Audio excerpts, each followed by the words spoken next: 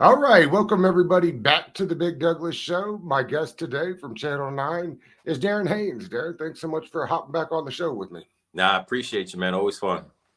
I had Chick Hernandez on the show Monday, and I was asking him, about how media's changed and how it doesn't feel like maybe the DMV is put out nationally as many as it used to in its heyday.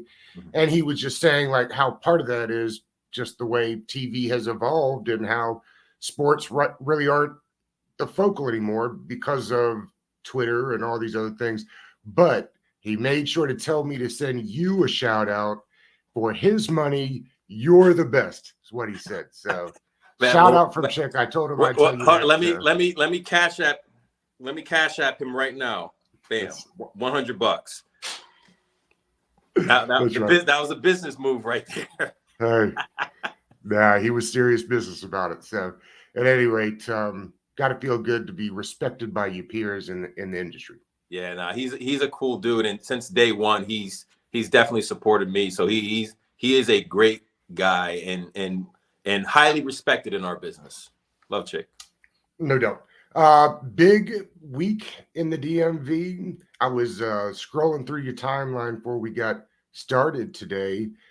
You were covering diving this week, which I found interesting. And as a former swimmer, kind of exciting. Tell us a little bit about what's going on there. So what's funny is, so Howard Swimming and Diving, Howard University. I was just actually texting Coach before I actually got on the phone, so it's like perfect timing. Um, so they're an HBCU. They're the only historically Black college and university with a swim program, and there's always kind of like that perception that like Black people don't like to swim, and they're trying to basically break that perception. And Howard University has the opportunity to win their first conference title in 31 years. If I'm doing the math right, I think 1989, that's 31, right? Hopefully, Mhm. something like that. 31, 34, whatever. But you get what I'm saying. It's been a long time. 1989, long Yeah. time. And texting Coach Askew right now, the men's team is in first place. They think they have like maybe 450 points, and then LIU is in second place, I think, with like 380. So like they're in good position where today would be the second to last day, Saturday the final day, and so they have a chance to end that drought. And for me, being an African American, seeing an all-Black swim team was unheard of. And swimming is dominated by it's mostly a white sport. I think African Americans or Blacks take up only like maybe 1.5% of that sport. So to see something like that happen is I would never imagine them winning ever a championship. I could never see it, but now like I Right. see it and I can believe it can always happen again. So it's a great story they have going on at Howard. Are you a good swimmer? I'm a decent swimmer. I do know how to Okay. swim. I was lucky enough. My mother, who does not know how to swim, which goes along that how history kind of went along. That was more because of like she's from Charleston, South Carolina, segregated pools. Black people didn't have pools, so how can you learn how to swim if you don't have a pool? But yeah, she taught me how to swim when I was younger, and I remember when I was like 7, they just throw you in the pool, and like, and when you start That's going right. down, they Fight or pull you flight back is up. real in the pool. Yeah, but no, I'm a decent swimmer. But I was never like a guy who, like, I'm not gonna go compete in like the breaststroke or the Uh-huh. butterfly. But I do know how to do the butterfly. I do know how to do the breaststroke, freestyle. I don't know what is it, side stroke. What I don't know if that's even a competition. Is side stroke a Nah, it's competition? not. But I know Nice how to stroke, do but it. it's not a one. Yeah, yeah, yeah.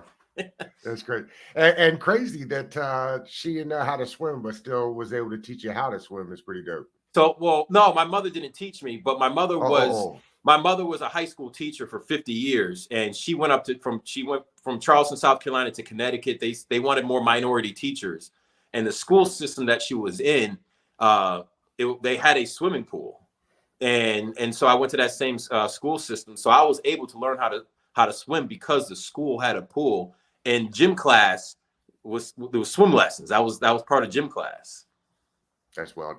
Yeah, when my dad was in the military and got transferred to this big ass school in Pennsylvania, and they had a pool, and I remember thinking to myself, A pool in the high school? This is crazy. But yeah, schools up north are different. Yeah, it was in my elementary school. Oh, wow. Right. But they used that for that. But that was like the high school pool. But the pool was at the elementary school, which is weird. But that's the school the high school team uses. Gotcha. All right. You were at the park yesterday for Eric Bieniemy signing.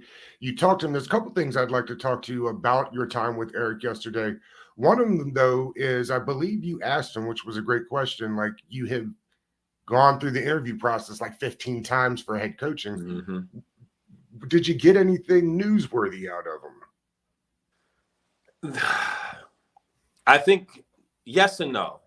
I think it's pretty telling because one of the things that I asked at the end of my one-on-one interview was like, do you still want to be a coach? And he was saying in time that will happen. So, deep down inside, he still wants to be a head coach, but he was also focused. He wanted to make sure he was present with the moment, meaning like he is the assistant head coach now. He's the offensive coordinator, and make sure he focuses on that rather than getting that perception that, okay, he's just there for a hot minute before he becomes a head coach. I mean, it's clear as day he wants to be a head coach. You wouldn't interview, what is it? I think it's like 17 times for 16 different NFL teams. Yeah. But, it's weird because he has to be a little bit professional, political. Like he can't explain how he really truly feels, but we all know how he really feels. And so he just kept saying, this is my position now. I'm focused on now. The time will come where I will be a head coach. Well, when the time comes, he said, when the time comes, I will be a head coach. It sounded like a head coach presser yesterday. I've listened to a lot of pressers in my day, and that one was not a coordinator presser. That looked like he had just taken over the team, Darren. Correct. And that's what a lot of people we were talking about in the media. I was sitting right next to JP Finley. I know he tweeted about it. A lot of other guys, DA, we were talking about it, and we were just like, all right, we heard the guy doesn't interview very well. I'm talking to head coach Ron Rivera, and he was like, he was outstanding. Jason Wright said he was outstanding. And we were wondering, like, where's the bad interview? And then talking to us, and he's explaining what he wants to bring to this team and how he'll do this and how he'll do that. And we're just blown away. It was like, how could someone not hire this guy?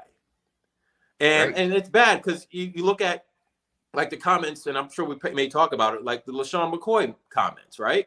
Like, you may have one person that has a bad thing to say about him, or maybe he interviewed with one person that maybe didn't like the way he interviewed and made that the perception on who Eric Bieniemy is, when really maybe he's much better than, like, he was kind of ruined maybe by that perception, because I didn't get anything from Eric Bieniemy that was negative on why he shouldn't be a head coach or if he interviews poorly. The dude controlled the press conference. He controlled the interviews. He knew what he was talking about. He said the right things. And I was blown away. People should be excited that this guy is in the Commanders building. I'm excited about it for sure. I know that. I thought it was interesting. I tweeted out yesterday a little graphic I made with basically the org chart. Mm-hmm. And I said, after 4 years of Ron Rivera, I think maybe I'm finally starting to get it a little bit. Like, Ron is the head of football ops. Jason Wright controls the business. They are two separate entities doing two totally different things. Correct. And then with Ron in the football side, he delegates to highly experienced football guys and lets them do their thing. I was not a fan of the coach-centric system. I'm not sure I still am, but I feel like I get a better idea now of what they're doing there and how it could work. Now, of course, winning is the most important of all of this. Correct. But let's say Eric Bieniemy gets this offense to, say, top 10, even, just middle of the road, 12, 13, let's say, and they get to 10 wins. I know we're like jumping way out here, but feels like it'd be hard for a new owner to come in and clean shop if the current regime is showing that they're heading in the right direction. Do you see it like that, or do you expect absolutely? Absolutely. But don't get me wrong, an owner can come in and say, I don't like anything here. Let's get rid No of doubt. it. I think let's go through like all of Ron Rivera's like process here. Not all of it, but I mean, as soon as he took over, things were blowing up with the franchise. A lot of stuff that he has nothing to deal with, that he had to find his way through all the negativity within the franchise. I think Ron did a great job for the position that he's in, dealing with the distractions. Obviously, coaching wise, there's some questionable things that you may think of and stuff like that. But overall, Ron Rivera is a good dude who wants to make this franchise better. And I think there's the obvious pressure that Ron Rivera needs to make something happen now. And I think that bringing in Eric Bieniemy, where now all of a sudden you have a three-headed monster of coaches, where you have Jack Del Rio, who used to be a head coach, Ron Rivera, who is the head coach, and Eric Bieniemy, who should be a head coach. You have that three-headed monster where you may have the most well-experienced coaching staff in the NFL right now. So I think this is one of these things where I do agree, like, if the Commanders play really well, like, why would you want to blow up something that is successful? Mm-hmm. Now, if they struggle, that's a different story. Sure. That's a because there's really no excuse now on the coaching staff for the team to struggle. There's things they have to take care of in regards to the offensive line. Like there's no excuse this time around. And I mentioned that on television. Like, I love Ron Rivera, but there's the pressure is on him this year. And if Eric Bieniemy can change that offense, like you mentioned, to a top 10 offense, think about if they were a top 10 offense last year, they would have made the postseason. No doubt. You get what I mean? That's Absolutely. how close they are. The defense is, I would say, already good, unless they start off slow like they did last year. But the defense is good. Get this offensive line together, make it a top 10 offense. I don't think anybody's going to be walking away next season unhappy. Maybe not winning a Super Bowl. I'm not going to say they're a Super Bowl team, but I can't see this team not being successful next year, and I can't see any owner that comes in that has a successful team saying, you know what, I'm going to blow it up, unless they personally don't like somebody or don't like the way someone's doing something. That's what I had said the other day. If they do well this year, which there's every reason that they should. I mean, unless Hal's just not the guy, unless Hal stinks.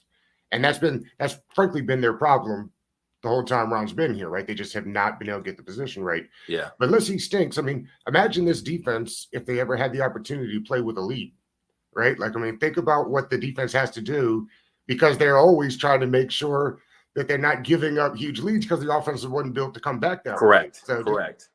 This team, I think Keim was on with Sheen the other day and said the Skins football team Commanders have an average over 20 points a game per season, 4 times since 2000. Maybe it was 5. 4 or 5 times. I know it was bad. Since 2000. Yeah. So imagine if the team could just put up 24 points, which is why I say it's going to be an interesting season, no doubt. And then I also say to the people saying, well, I keep hearing like maybe Ron will step down and Bieniemy will be the head coach. Well, if they win 10 or 11 games, why on earth would Ron give it up now? Yeah, no, I from the people that I talked to in the building, that's not the plan at all. Now it could happen, but that's not what I'm getting from anybody. I think Ron Rivera is that head coach.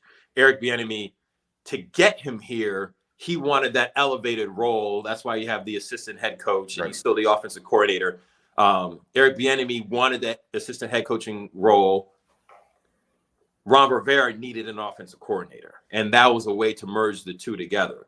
Now, I do get some of the thought process that's in the building is if Eric Bieniemy leaves in a year to take a head coaching job, it is what it is. Everybody knows they want Eric Bieniemy to be a head coach. And if he does become a head coach after 1 year, you know what that means? That means the Commanders were successful. That's right. That helps out everybody. That helps out Eric Bieniemy. That helps out Ron Rivera. It's a win-win situation. About a month ago, Benjamin Albright from out in Colorado, covers the AFC West, had told me that he had heard rumors that it would be Bieniemy. And curious if that, people still say, well, why didn't he get more interviews? Basically, it was the Commanders this cycle. I wonder if the league already realized that the plan was he was going to take the open Commanders job. Have you heard anything like that? That's Because it is I odd heard, that he didn't interview with anybody else. yeah, All. that's a great question. I wish I knew more about it. I know a little bit but that's a great question. Because all signs literally point to where the Commanders, they there's a certain process they have to go through to interview. You have to go to Kansas City and say, Sure. hey, can we interview this particular person? So I don't know in regards to that timeline, if it was already kind of like a done deal. People knew like he wanted to go to Washington, but Eric Bieniemy mentioned that right after the Super Bowl, like literally right after winning, he knew that he wasn't going to be like in Kansas City anymore. He knew he was going to go someplace else. And he told me that when he got on the plane to go to Washington, this is before even the interview, he knew that that was the place where he was going to go. So it was like he already made his mind up. That's where he was going to go. So it makes me think when you mentioned what you're mentioning before, even though I don't know all the details, so it's kind of like speculation. There may be thoughts in there where he already kind of had his eye on already leaving and already his eye on this offensive coordinator position. I'm sure he probably knew Washington was interested because they requested to interview him, but he couldn't talk to them. So I'm sure it was probably in his mind where he was like, man, this is a great opportunity. If I can go here, let's try to make X, Y, and Z work. And maybe that's a possibility. I wish I knew more about the background of that. But I do think that, for an example, if the Colts, right, let's make that up. The Colts wanted to hire Eric Bieniemy as a head coach. I think Eric Bieniemy wouldn't be in Washington. Sure. You get what I mean? I do. But yeah. say like Baltimore was looking and rumors were, that it had been reported that they were interested. And before they even asked to interview Bieniemy, they hired Monken. Now, don't get me wrong, Monken's a great hire, but that's the kind of thing, right? Like the Titans, it had been rumored that the Titans were going to interview him, and they hired a guy before they even had an opportunity to interview him, which gets me back to wondering if league circles kind of knew where he wanted to go. So maybe so, but remember, Eric Bieniemy was one guy who you had to wait for him until his season was over, and maybe there were teams that just couldn't wait that much longer. So, for an example, if we waited and we lost some of the other offensive coordinators that we wanted, and we're like, okay, we're going to go after Eric Bieniemy. This is the Ravens in Washington, right? There's a possibility that he will go to Washington, and now the Ravens, oh shoot, who do we get? Because we lost our number one guy. So they probably didn't want to wait as long as Washington, because Washington waited a long time, because we were like, this is the longest search for an offensive coordinator in offensive coordinator search history. Yeah. But Ron Rivera said, like, we interviewed some great candidates. There were a lot of guys we wanted, but like this was the guy. This was our number one choice who we had to wait to interview. Eric Bieniemy thanked Mr. Hunt from Kansas City for the opportunity. He did not thank Mr. or Mrs. Snyder for the opportunity here.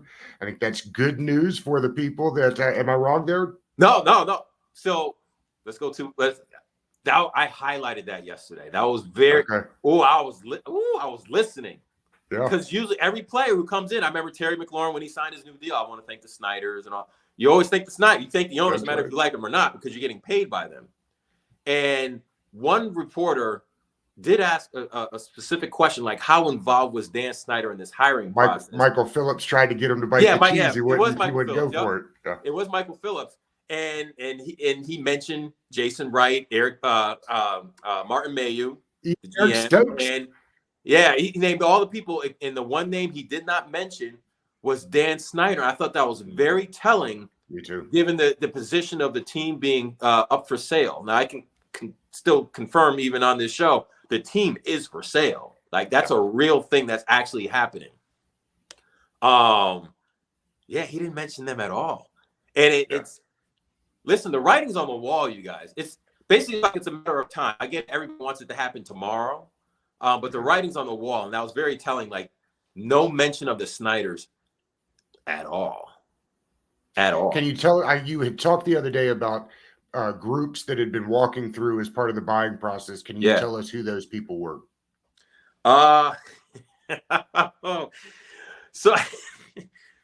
So all right. I sometimes I wish I can tell you guys what I know. Sometimes I just, when you talk to your sources, like, and I'm like, hey, can I share this? Can I share this? No, I can't. So let's do it this way.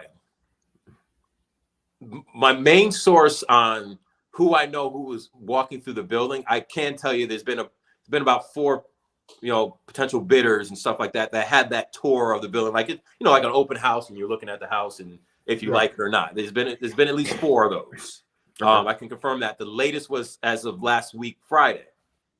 I need to double check. There may be somebody walking through today. The Bezos news. Now I have another person who was telling me, keep your eye out on Josh Harris.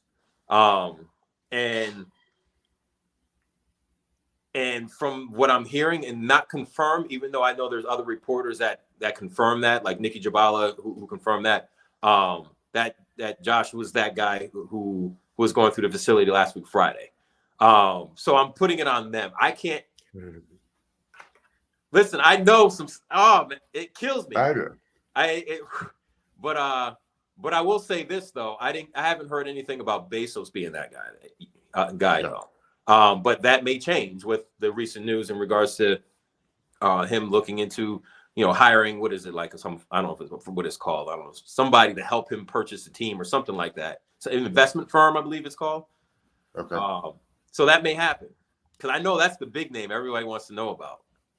Well, he's got the most money, right? I mean, he's got the most money of any of the people that we know, or at least it's been rumored to be buying the team. Yeah, but he doesn't want to bid against himself, though.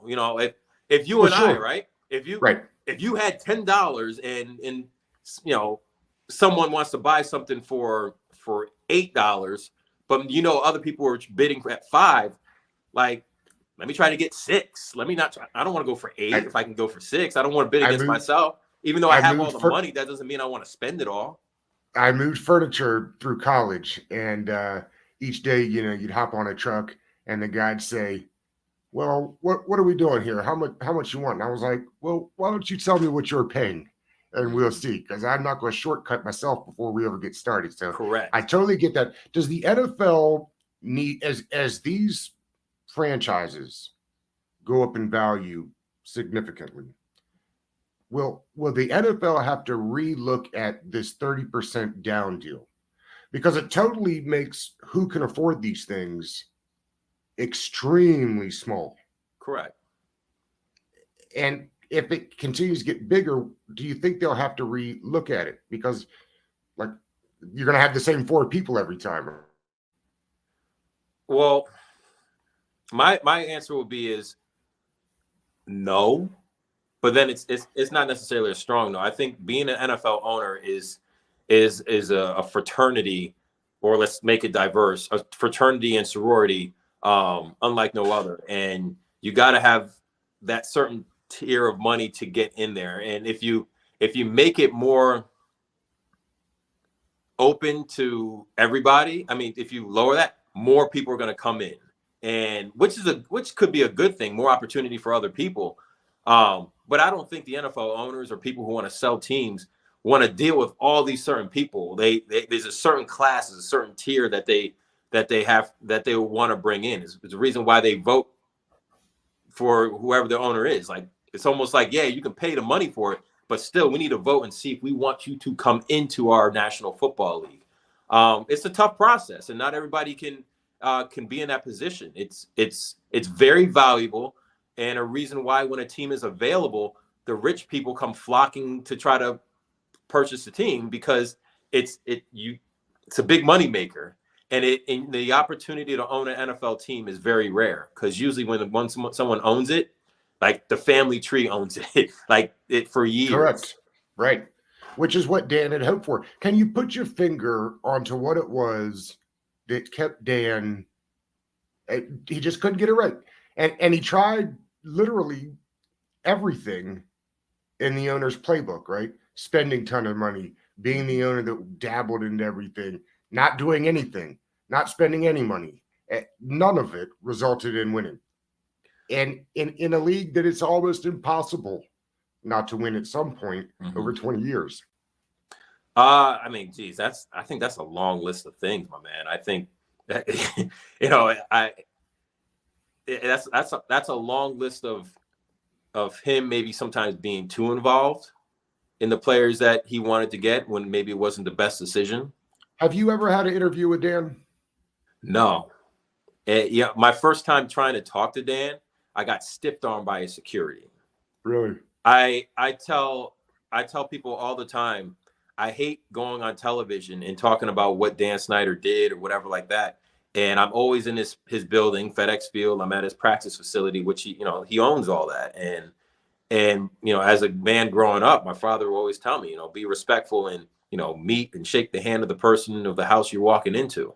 And he doesn't want to be near us. And I'll mention many times, I'm like, I just want to just say hi to the guy. And always denied, it's kind of like, nah, it's not going to happen, which was very, very weird. Very weird. Because I can go, when I was working in Texas, I can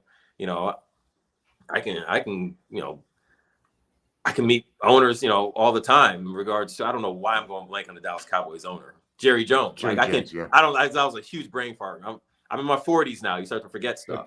But you can see Jerry Jones and actually shake his hand and talk to him. No issue. With Dan, it wasn't like that.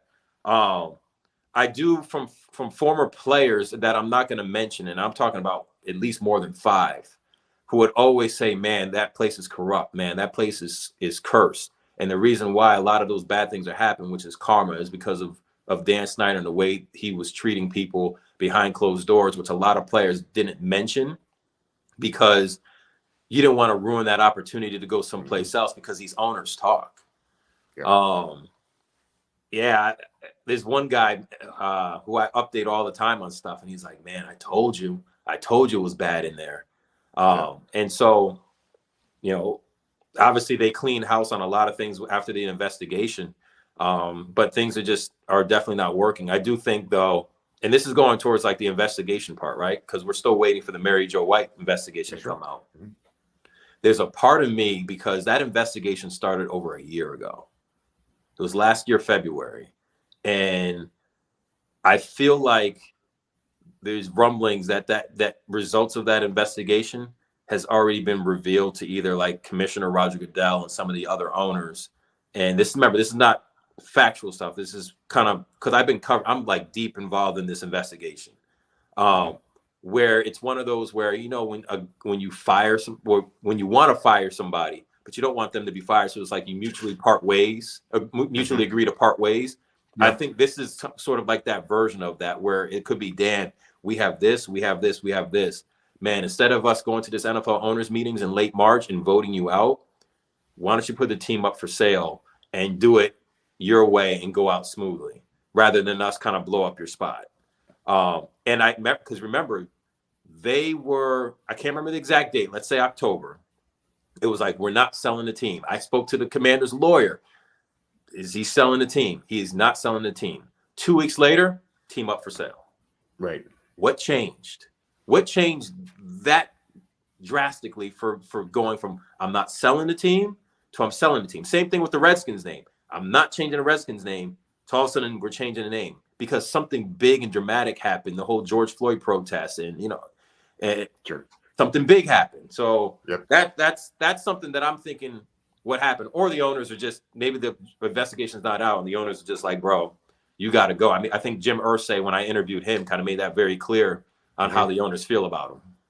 That was definitely the big one that dropped. It was like, when he said that, I remember thinking, oh, wow, like, I don't remember ever hearing another owner like drop a bomb on another owner like that. I was blown away. So I was talking to my producer and I'm like, man, we're not getting much out of here. We're not getting much. And then all of a sudden Jim Irsay comes down and I'm right there interviewing him. And I asked and he was like, and Snyder he should look into selling the team. And in my head, I'm like, as a reporter, you gotta, okay, I'm listening. But in my head, I'm like, holy shit. He just dropped a nuke on this story. On the humble. And after he was done doing the interview, which lasted almost 15 minutes, then you see the media scrambling, get to the computers, type it up. I'm calling my producer, put this in the A block, put this in the A block. Because we never heard an owner say that about another owner.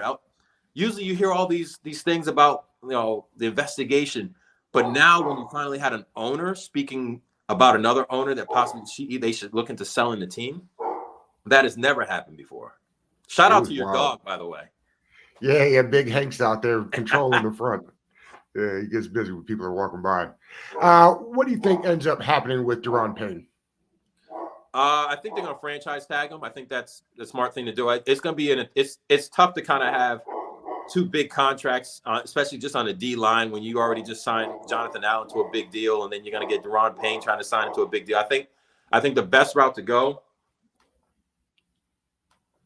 I'm sure you can try to negotiate to try to figure out a long-term deal. But I think Darren Payne made it very clear when we saw him at the end of the season. He knew he had the leverage. He knew that if it was going to be a negotiating tool, he's going to get paid by somebody. It may not be here in Washington. And the one way Washington can keep him around is by franchise tagging him. So you don't think in the end this is a way to get to a long-term deal? I think it's a way of stalling a year to get to a long-term deal. I also think it's a way of keeping someone good inside the building on a year where we mentioned before, where we need Ron Rivera, who's on the hot seat, to play really, really well. We need Eric Bieniemy on the offense to coach really well. Everybody's sort of like in this position where this season is kind of like a make or break season. So let's keep all the goods that we have that we can to make this a successful season. And franchise tagging Darren Payne is one of those ways to keep him here just for that one season where we're on the hot seat, because the second season is not promised. We can worry about that later. Like, Ron's not going to worry about that if he's fired. You get what I'm saying? Correct. Yeah, this is the season we need to focus on that. And that's why at the top of the show, I had said that I'm not really the biggest fan of coach-centric systems because the two have totally opposite jobs. The GM's job is to make sure that the team is set up for future success, and the head coach's job is to win right now. So was trading Darren Payne for future assets the appropriate way to go? Probably. Certainly if you're not going to keep him for the foreseeable future. But to your point, head coach Ron got to win now, or GM Ron's got to fire his ass. So it's hard for those things to work, and it's why literally only Bill Belichick does it in the league. Yeah. This season is the only season really promised for Ron Rivera. If you get what I'm saying, like he'll worry about 23, 24. He'll worry about the 24-25 season when that comes. Right now, it's the 23-24 season that he needs to worry about. Yeah. Let's see. A couple things before we get out of here. Biggest offseason needs in your mind for the Commanders for next year? Hands down, offensive line. Got to be. I'm a former running back, and bro, I've had a good O-line and I've had a bad one. You can't do much with a bad offensive line.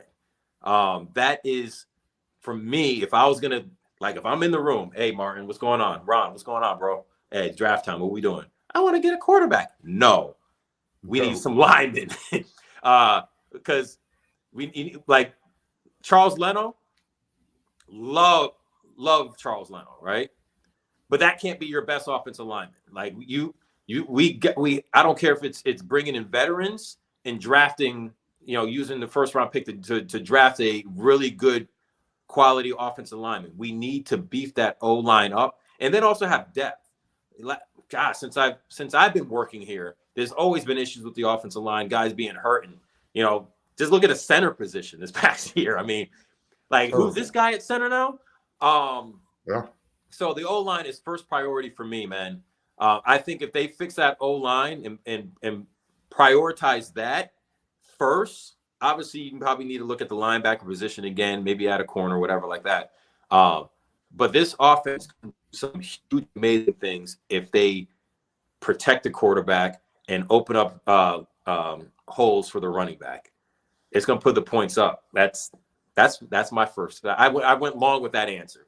In layman terms, draft an O-lineman, bring in an O-lineman, a veteran O-lineman as well. You mentioned Holcomb. Do you think he'll be back? I hope so. Obviously it was an injury that I think they thought he'll be able to come back from. Next thing you know, he had the surgery. We'll see in OTAs and how he is, but like I do hope he comes back. But even if he does come back, I think, Jamin Davis obviously played much better throughout this season. I still think that we can still add to it, but still with the uncertainty of Cole Holcomb, I mean, it gives you even a bigger reason why, after you get the offensive lineman, to look at that linebacker spot as well. Last one. Do you think that they'll start working on a Cam Curl extension this year? They don't have to till next year, but getting ahead of the game may be beneficial financially.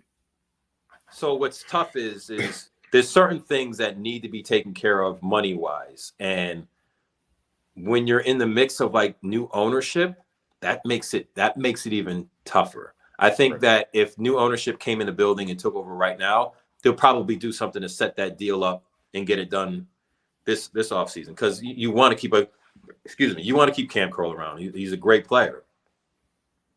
I think if this ownership situation maybe goes into the summer and not right away, you may look at a different situation, because the owner's the dude paying the money. I lied. Let me jump. When do you think let's do it. When do you think the ownership deal gets wrapped? Best guess. I know you're speculating. So what I'm told is Dan Snyder has his number. Right now that number hasn't been met yet. We know Bezos can reach that number. Let's look at it this way in a timeline. And I can't tell you, it's hard to tell you when it would actually happen. Or when I think it's going to happen. That's really hard. A house can be on a market for a long time. A house can be on a market and people pick it up right away. I do know that the timeline in regards to when new ownership can take over before this NFL owners meeting, there has to be once you establish who's going to purchase the team. Let's say Bezos is like, okay, I want to purchase the team, and the commander's like, all right, you're going to be our guy. They have to then send that to the financial board for the NFL, which usually happens 2 weeks before the NFL owners meetings. And the NFL owners meetings, I believe, is like March 25th. So go 2 weeks before that. So you're looking at it where, let me look at my calendar. Geez, if you think about it, a deal will need to be 2 weeks from today, really. You have basically 2 weeks to solidify who the new owner will be. That's a tight timeline to find that new owner and get it to the financial board so it's ready to be voted on in the March meetings. Now, the NFL owners can always have an emergency meeting whenever they want to. They did that with the Denver Broncos in August. So it's hard to predict when that would actually happen. If I had the money, if I was Jeff Bezos, I can probably tell you, be like, bro, I'm about to bid on this team right now. It's going to happen tomorrow. But it's hard to tell. But I do know the timeline. If we want that decision to happen, the earliest it can happen is March 24th, 25th. But we need to figure out who that owner is in the next 2 weeks. Right. Are you traveling out for the combine? I am not traveling out for the combine. I took that off my schedule because the wife is due. Yes. Yeah, I couldn't be out at the combine. I'm in labor. That's not a good business decision. So I'm going to be free, not going anywhere for a few weeks. I will be at the NFL owners meetings though. Okay. Like if the baby's not here by March 25th, it's something else. Yeah. So I will be at the NFL owners meeting. I won't be at the combine though. Well, again, congratulations, my friend. Always a blessing, and a blessing always when you stop by the show. So we appreciate you. Appreciate you. Look forward to the next time. Thanks, bud.